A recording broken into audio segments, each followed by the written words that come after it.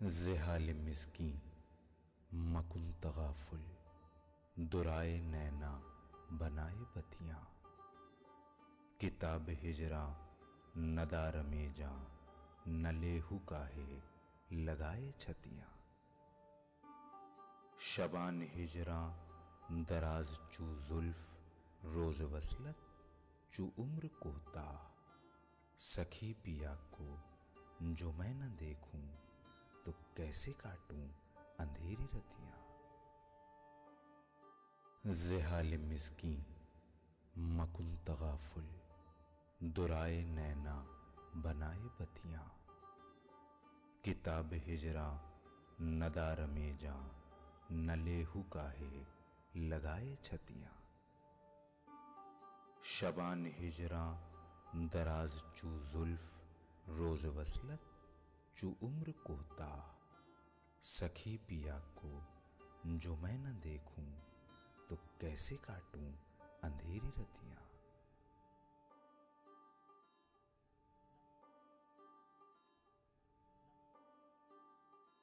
ناظرین آداب، D D Urdu کے خصوصی پروگرام اردو شاعری کا بدلتا منظرنامہ میں آپ کا خیر مقدم ہے۔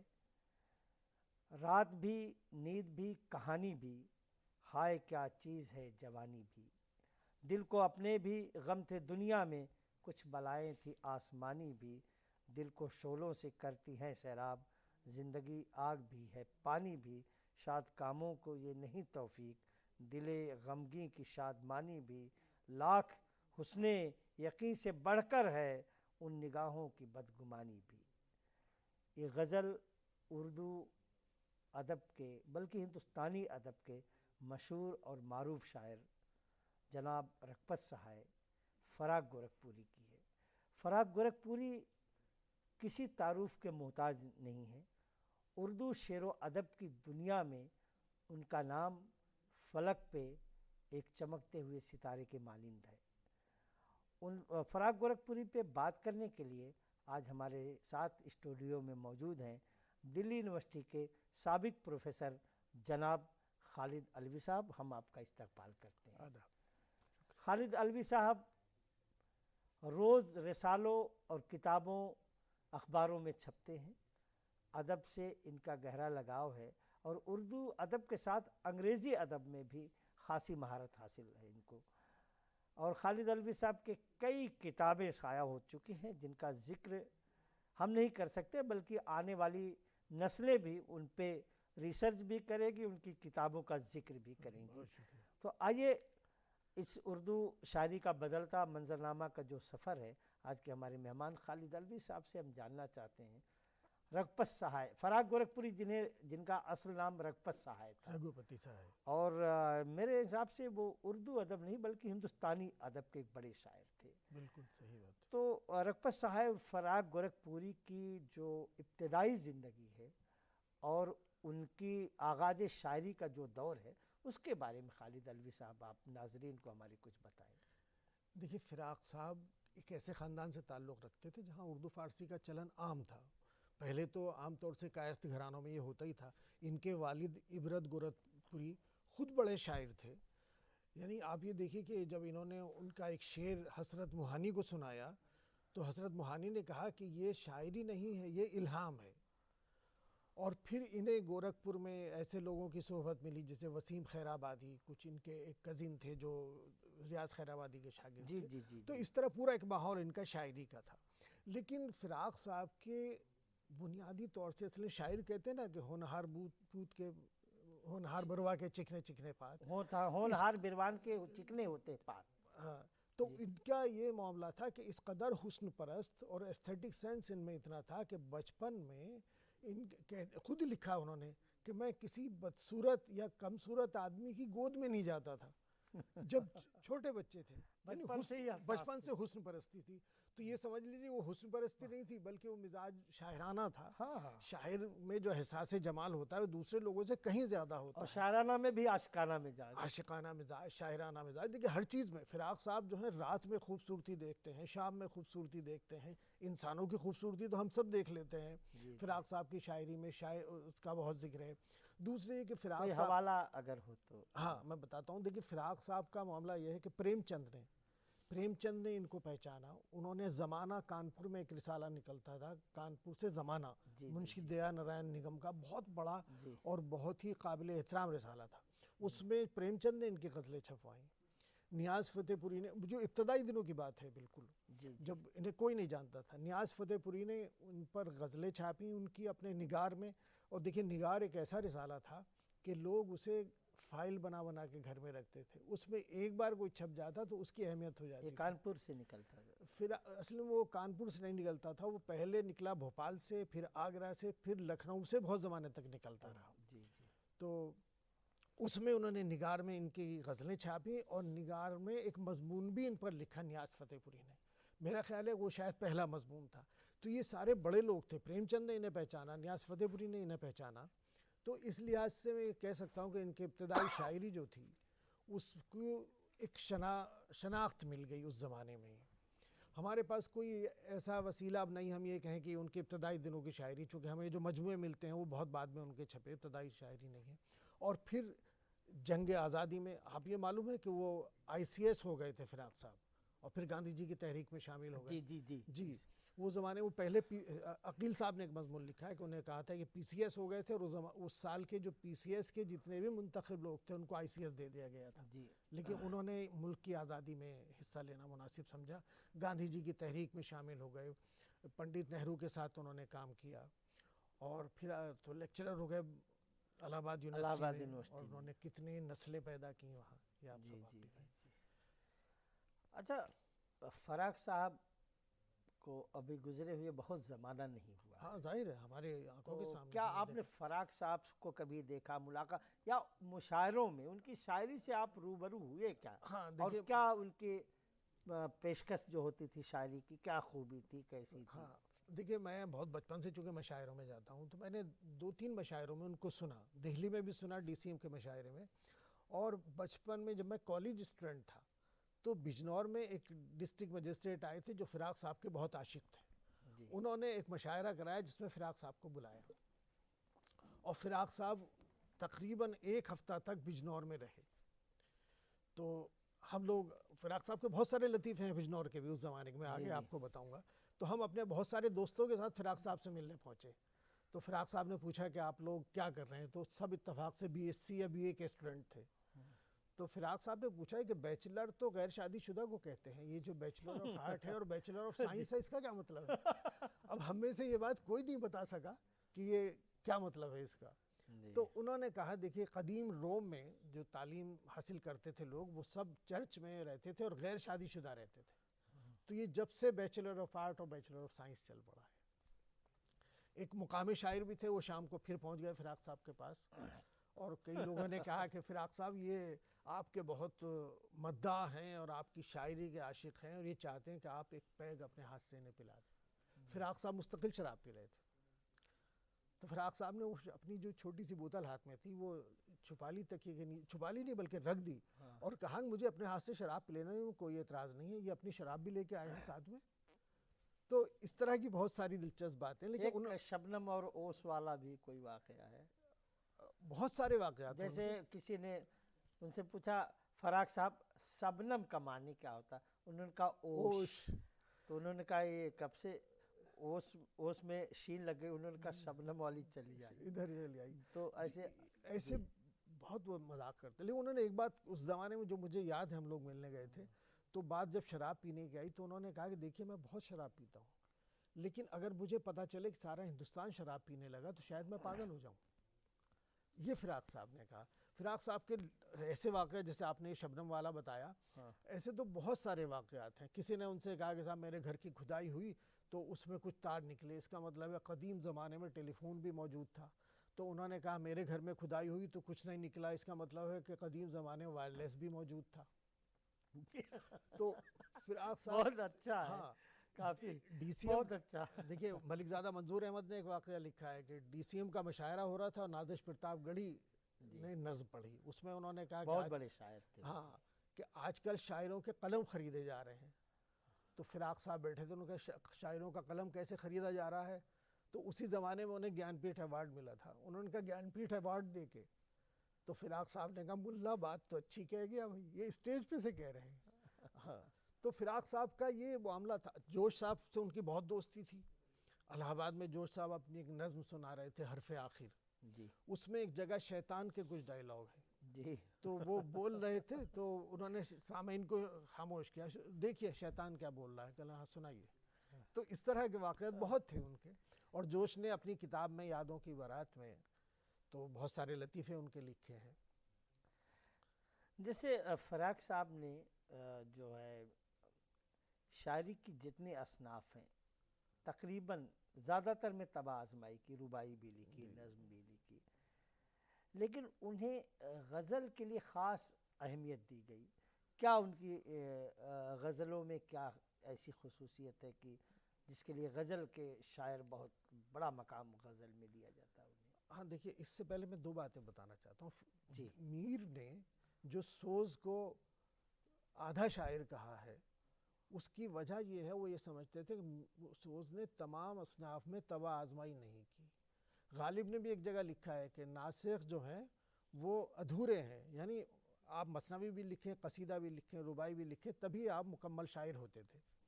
تو جس کو شاعرانہ دسترس جس کے پاس موجود ہے وہ تقریباً ہر صنف میں طبع آزمائی کرے گا. فراق صاحب نے نظمیں بہت لکھی, اچھی خاصی نظمیں لکھی, روپ کی رباعیاں وہ سب لکھی, اور غزلیں تو لکھی. لیکن غزل میں ان کا ذکر اس لیے کیا جاتا ہے کہ اقبال کے بعد میرے خیال سے 20ویں صدی کے سب سے بڑے شاعر ہیں غزل کے, اور ان کا جو زمانہ تھا اس میں دیکھیے اقبال ان کے سامنے تھے, اس کے بعد یہ جوش نے بھی غزلیں کہی ہیں, جوش بھی اس زمانے میں موجود تھے, لیکن یاس یگانہ موجود تھے, فانی موجود تھے, جگر موجود تھے, اصغر موجود تھے. اور اس زمانے میں اتنے دے قامت لوگوں کے سامنے اپنی غزل کی شناخت بنانا ایک بہت بڑا کام تھا. اور بعد والے میں فیض بھی آ گیا. فیض تھوڑا ان سے جونیئر تھے, جونیئر تھے. لیکن ان کے سامنے موجود تھے. لیکن فراق صاحب اس سے پہلے اسٹیبلش ہو چکے تھے. ہاں جی. تو فراق صاحب کے بارے میں جگر نے ایک بار کہا کہ جب سب لوگ فراموش ہو جائیں گے تو فراق کی غزل زندہ رہے گی. رشید احمد سب لوگ فراموش ہو جائیں گے تو بھی فراق کی غزل زندہ رہے گی, یعنی ایک ایسی قوت, مان لیجیے اگر آ جائے, یہ کسی کے حوصلہ افزائی کی بات ہے. سینئر تھے جگر صاحب. رشید احمد صدیقی صاحب نے کہا ہے کہ گزشتہ 50 سال میں, یہ بات غالباً 1960 کے آس پاس ہے, سب سے توانا آواز غزل کی فراق کی ہے, اور آگے آنے والی غزلوں پر فراق کا تاثر یقیناً بہت گہرا ہوگا. تو اس لیے فراق کی غزل کے بارے میں کہا جاتا ہے, اور فراق واقعی غزل کے بڑے شاعر ہیں. جی ایک بات اور میں یہ کہنا چاہتا ہوں, عام طور سے کسی تحریک میں شامل ہونے سے جی جی شاعر کو فائدہ پہنچتا ہے. فراق صاحب کو لیکن تحریکات میں شامل ہونے سے فائدہ نہیں پہنچا, بلکہ ان کی شاعری کو کچھ نقصان پہنچا. فراق صاحب ابتدا میں ترقی پسند تحریک میں شامل ہو گئے, پھر وہ اس کے ساتھ رہے نہیں. پھر جب وہ جدید انداز کی غزلیں ہوئی تو انہوں نے گڑبڑ غزلیں کہیں. پھر اس کے بعد جب میر کا اتباع شروع ہوا, جیسے پاکستان میں اطہر نفیس اور ہندوستان میں خلیل الرحمن اعظمی, ابن انشا, ناصر کاظمی, ان لوگوں نے میر کا اتباع شروع کیا. تو فراق صاحب نے بھی کہا کہ ان پردوں میں تو میر کی غزلیں بولے ہیں, تو میر کا انداز انہوں نے اپنایا. تو کل ملا کے ایسا ہوا کہ جو رنگ بدلا گیا, تو ان کے رنگ تو بہت سارے شامل ہو گئے, لیکن ان کی غزل کو میرے خیال سے کچھ نقصان پہنچا. جی جی. تو لیکن اس کے باوجود بھی اچھا, دوسری بات یہ کہ فراق صاحب کی غزلیں بہت طویل ہیں, جو میرے خیال سے 20ویں صدی میں کسی کی نہیں ہے اتنی طویل غزلیں. مگر ان کی اہمیت آپ یہ دیکھیے کہ ان کے ہمعصر دوسرے شعراء, جس میں ناصر کاظمی, خلیل الرحمن اعظمی, غلام ربانی طابہ, انہوں نے انتخاب کیا, انہوں نے انتخابات شائع کیے فراق کی شاعری کے, جو ایک عجیب بات ہے. آپ آج کا شاعر غالب کا اور میر کا انتخاب کر دو تو سمجھ میں آتا, ہمعصر شاعر کا کرے تو ایک طرح سے یہ خراج تحسین بھی ہے اور اس کا اعتراف بھی ہے. سر دیکھیں, شاعری اور شاعر کی پہچان تنقید سے ہوتی ہے, یہ یقینی طور پر کہ جب تک تنقید اس پہ نہ ہو تو شاعر کی پہچان نہیں ہوتی. ہمارے جو اردو ادب کے تنقید نگاروں نے فراق پہ کیا کہا ہے, فراق کے بارے میں کیا تنقید کی, کیا لکھا ہے, اس کے بارے میں دیکھیے میں اگر آپ شروع سے کریں تو پریم چند نے ان کے بارے میں جو خط لکھا تھا دیا نارائن نگم کو، ایک طرح سے وہ تنقیدی خط تھا، یعنی انہوں نے ان کے بارے میں لکھا تھا کہ بہت ہونہار صاحبزادے ہیں اور بہت اچھی غزل کہتے ہیں۔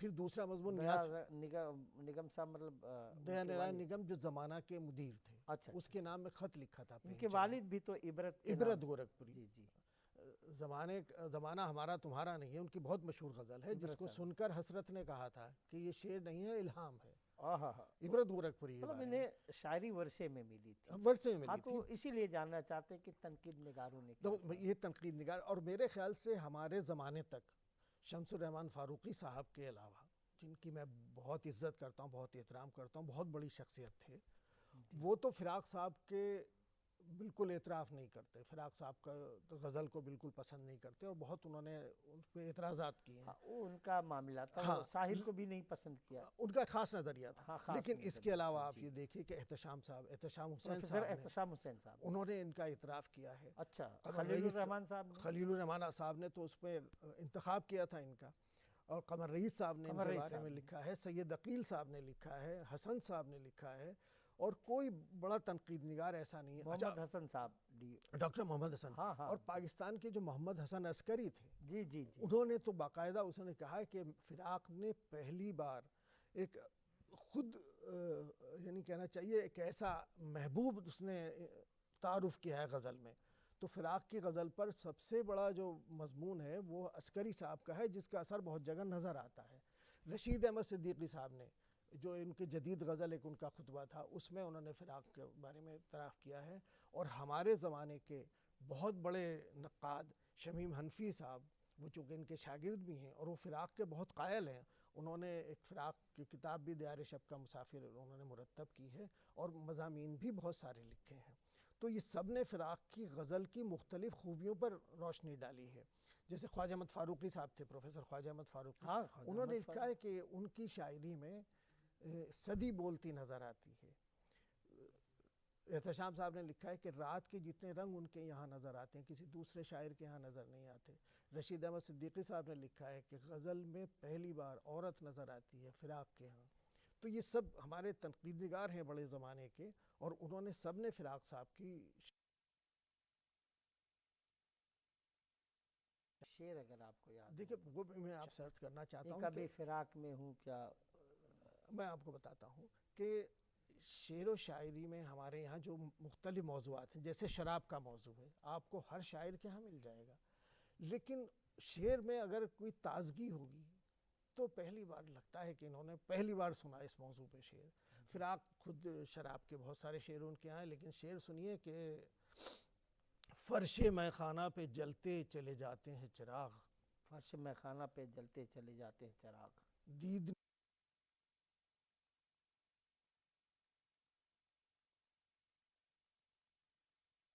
موضوع ہے لیکن کسی طرح سے کہا گیا ہے۔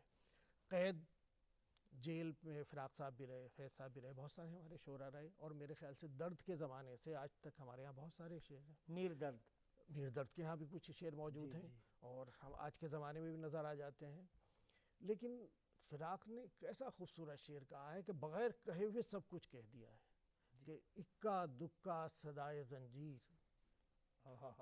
اکا دکا، اکا دکا صدائے زنجیر، زندہ میں رات ہو گئی ہے۔ اچھا ان کا ایک کتاب بھی ہے اردو کی عشقیہ شاعری، اس میں، اور ان کے ہاں جو عشقیہ شعر ہیں، ہر بزم کی جان ہو گئی ہے، وہ آنکھ جوان ہو گئی ہے، ہر بزم کی جان ہو گئی ہے، وہ آنکھ جوان، آنکھ جوان ہو گئی ہے۔ اور فراق صاحب نے غزل کی ہر غزل میں، اصل میں کیا ہوتا ہے، جیسے ہمارے میر بڑے شاعر ہیں، مصحفی بڑے شاعر ہیں، مصحفی کے 8 دیوان ہیں، میر کے 6 دیوان ہیں، تو ہم لوگ پورا پڑھتے نہیں ہیں، ورنہ کتنا سرمایہ اس میں سے کتنے خوبصورت شعر نکل آئے۔ اور یہی ٹریجڈی فراق صاحب کے ساتھ بھی ہے کہ ان کو پوری طرح سے کم لوگوں نے پڑھا، ان کی غزلوں کو یہ سوچ کے بہت طویل غزلیں ہیں، لیکن ان کے یہاں کس لیے کم نہیں ہے درد فراق، اب تو وہ دھیان سے اتر بھی گئے، دوبارہ ارشاد، کس لیے کم نہیں ہے درد فراق، اب تو وہ دھیان سے اتر بھی گئے۔ تو فراق صاحب کے یہاں بہت جو پرانے موضوعات ہیں ان پر نئی طرح کے شعر ہیں. ایک مدت سے تیری یاد بھی آئی نہ ہمیں اور ہم بھول گئے ہوں تجھے ایسا بھی نہیں. ایک پوری غزل. سر میں سودا بھی نہیں، دل میں تمنا بھی نہیں، لیکن اس ترک محبت کا بھروسہ بھی نہیں. ایک مدت سے تیری یاد بھی آئی نہ ہمیں اور ہم بھول گئے ہوں تجھے ایسا بھی نہیں. تو میں یہ کہتا ہوں کہ ان کی غزل کو اگر پورا مطالعہ کیا جائے تو ہم وہ شعر جو آج کل ضرب المثل ہیں، بہت سارے لوگوں کو یاد ہیں، ان میں سے بہت زیادہ شعر اس طرح نکلیں گے. وہ شعر تو آپ نے سنا ہی ہوگا کہ ذرا وصال کے بعد آئی نا تو دیکھ ہے دوست تیرے جمال کی دوشیزگی نکھر آئی. ہم نے سنا ہوگا، ناظرین سننا چاہتے ہیں. ظاہر ہے میرا مراد بھی یہی ہے. جی. اچھا، ہم سے کیا ہو سکا محبت میں، ہم سے کیا ہو سکا محبت میں، خیر تم نے تو بے وفائی کی. اب یہ دیکھیے بے وفائی پہ بہت سارے شعر آپ نے سنے ہوں گے. لیکن ہاں تو اچھا دوسرا یہ کہ ماحول پہ، صبح پہ، رات پہ، فضا تبسم صبح بہار تھی لیکن پہنچ کے منزل جانا پہ آنکھ بھر آئی. پہنچ کے منزل جانا پہ آنکھ بھر آئی. یا روس کا جو انقلاب ہوا تھا اس سے ایک دن پہلے وہاں کے نیشنل پیپر میں خبر چھپی تھی کہ یہ جو کمیونسٹ لوگ ہیں کیسی بیوقوفی کام کر رہے ہیں، روس میں کبھی انقلاب نہیں آئے گا. ایک دن پہلے. اور فراق صاحب کہتے ہیں کہ دیکھ رفتار انقلاب فراق، دیکھ رفتار انقلاب فراق کتنی آہستہ اور کتنی تیز. یعنی کسی کو اندازہ نہیں ہوتا کہ کب انقلاب آ جائے گا. اور غرض کے کاٹ دیے زندگی کے دن اے دوست، وہ تیری یاد میں ہو یا تجھے بھلانے میں. تو فراق کے یہاں حالانکہ رشید احمد صدیقی صاحب نے لکھا تھا کہ ان کے یہاں کلاسیکی اور جو ہماری فارسی اردو کی روایات ہیں اس سے آگہی کچھ کم ہے، اور انہوں نے سنسکرت اور ہندی کی شاعری سے بہت سے مضامین اخذ کیے ہیں. لیکن فراق صاحب کے ہاں ایسے بہت سارے شعر آپ کو مل جائیں گے کہ جن کی تحریک آپ کو سودا اور دوسرے شعراء سے ہوئی ہے. اچھا دیکھیے فراق صاحب نے غالب و میر پر نہیں لکھا بلکہ انہوں نے ذوق پر، مصحفی پر، اختر انصاری پر، ایسے لوگوں پہ لکھا جو یعنی ہم یہ کہہ سکتے ہیں کہ نسبتاً تھوڑے سے کم مشہور یا دوسرے طرح کے شعراء تھے. اور شعر سن لیجیے کہ شام بھی تھی دھواں دھواں، حسن بھی تھا اداس اداس، دل کو کئی کہانیاں یاد سی آ کے رہ گئیں. تو فراق کی یہاں یہ ہے کہ انہوں نے پامال موضوعات پر نئی طرح کی شاعری کی. اور دیکھیے جتنا فراق سے لوگ متاثر ہوئے شاعر، ناصر کاظمی یا تو میر کا ذکر کرتے ہیں یا فراق کا ذکر کرتے ہیں. بہت ہمارے زمانے میں خلیل رحمان اور آزمی کی خود بات اپنے زمانے کے بڑے شاعر ہیں. یہی بات ہے. دل میں ایک لہر سی اٹھی ابھی، ہاں، کوئی تازہ ہوا چلی ابھی. ناصر کاظمی بہت بڑا شاعر ہے، خود بڑے شاعر. ہاں، اور انہوں نے میر کا انتخاب کیا اور میر پر باقاعدہ ان کے اثرات موجود ہیں. اگر آپ یہ دیکھیں نا بہت سے ایسے شعر آپ کو مل جائیں گے کہ لگتا ہے کہ انہوں نے فراق سے لیے ہیں. فراق کی تحریک اس کے اشعار میں شامل ہے. ایک شعر ان کا بہت مشہور ہے، اس کے ساتھ ایک لطیفہ بھی ہے کہ تم مخاطب بھی ہو قریب بھی ہو، تم کو دیکھوں کہ تم سے بات کروں. تو ایک فلم میں راج کپور کی ایک فلم تھی ایک دل سو افسانے، اس میں انہوں نے ہیروئن کو مخاطب کر کے شعر پڑھ دیا. فراق صاحب نے اعتراض کیا کہ نا اول تو فلم کا نام ہی ایسا ہے جو مجھے ایک مشہور شعر یاد آتا ہے، اور پھر میرا شعر انہوں نے پڑھا ہے. تو ان کا خیال یہ تھا کہ شاید شعر جو ہے وہ فلم کے لحاظ سے بلند معیار چیز ہے، اسے اس طرح استعمال نہیں ہونا چاہیے تھا. انہوں نے شمع میں خطوط بھی لکھے تھے اس زمانے میں. لیکن شعر اپنی جگہ بہت اچھا ہے کہ تم مخاطب بھی ہو قریب بھی ہو، تم کو دیکھوں کہ تم سے بات کروں. سر یہ جو ہے فراق کے بارے میں تو ہم کافی بات کرتے تھے، اور اردو میں تو انہوں نے لکھا ہی، ان کی کئی کتابیں آئی ہیں. جہاں تک ہمیں یاد ہے کہ گل نغمہ اور نغمہ گل دونوں کتابیں ہیں. ایک سرگم بھی ہے. اور کون کون سی کتابیں ہیں ان کی؟ غزلستان، شبنمستان، شعرستان، روپ کی رباعیاں، نثر میں ان کی کتابیں، اردو کی عشقیہ شاعری، ان کے خطوط بھی شائع ہو چکے ہیں، من آنم. تو بہت ساری کتابیں ہیں ان کی. اور دلچسپ بات یہ ہے کہ لوگ یہ سمجھتے ہیں کہ وہ شاید ہندی کے مخالف تھے، لیکن انہوں نے ہندی میں بھی کچھ کتابیں مرتب کر کے شائع کی تھیں. ان کی امراؤ جان ادا جو ہندی ایڈیشن ہے میرے پاس موجود ہے فراق صاحب کا. بس آخری سوال ایک مختصر سا، کہ آج جو شاعری ہو رہی ہے، فراق کی شاعری کے اثرات کیا اس شاعری پہ پڑ رہے ہیں، یا ان کی جو شاعری کا پیغام تھا آج کے شاعر اس طریقے کی شاعری کر رہے ہیں؟ دیکھیے نہیں، میں یہ سمجھتا ہوں کہ جب تک آپ پوری طرح سے کسی شاعر کو اپنے اندر جذب نہیں کریں گے، آپ اس کا پیغام اور اس کی شاعری کو آپ نہیں اپنی شاعری میں ڈھال سکتے۔ پرانے زمانے میں کہا جاتا، اساتذہ یہ کہتے تھے کہ 10,000 شعر یاد کر کے آؤ تب شاعر بننا، اور پھر اس کے بعد کہتے تھے کہ 10,000 شعر بھول کے آؤ، یعنی آپ فیلڈ ہو جائیں آپ کے اندر۔ تو فراق صاحب کا معاملہ یہ کہ اب جو نئے شاعر ہیں ہندوستان میں، جو غزل کی شاعری ہے اس کا معیار تھوڑا گر گیا ہے، اور اگر وہ فراق کی شاعری کو میرے خیال سے رہنما بنائیں گے تو ان کا معیار کہیں زیادہ بلند ہو جائے۔ خالد علوی صاحب، آپ کا بہت بہت شکریہ اسٹوڈیو میں آنے کے لیے۔ ناظرین، اردو شاعری کا بدلتا منظرنامہ کے اس ایپیسوڈ کا ہم یہیں پہ اختتام کرتے ہیں۔ اگلے ایپیسوڈ میں کسی معروف شاعر کی شخصیت اور اس کی ادبی خدمات کے بارے میں کسی ماہر کے ساتھ آپ سے پھر ملاقات کریں گے۔ تب تک کے لیے خدا حافظ۔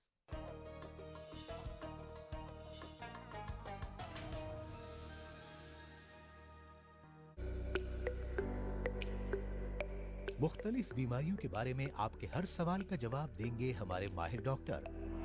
بتائیں گے آپ کو صحت مند زندگی کا راز، تاکہ آپ بدل سکیں اپنے جینے کا انداز۔ سوال پوچھنے کے لیے آپ ہمارے نمبر پر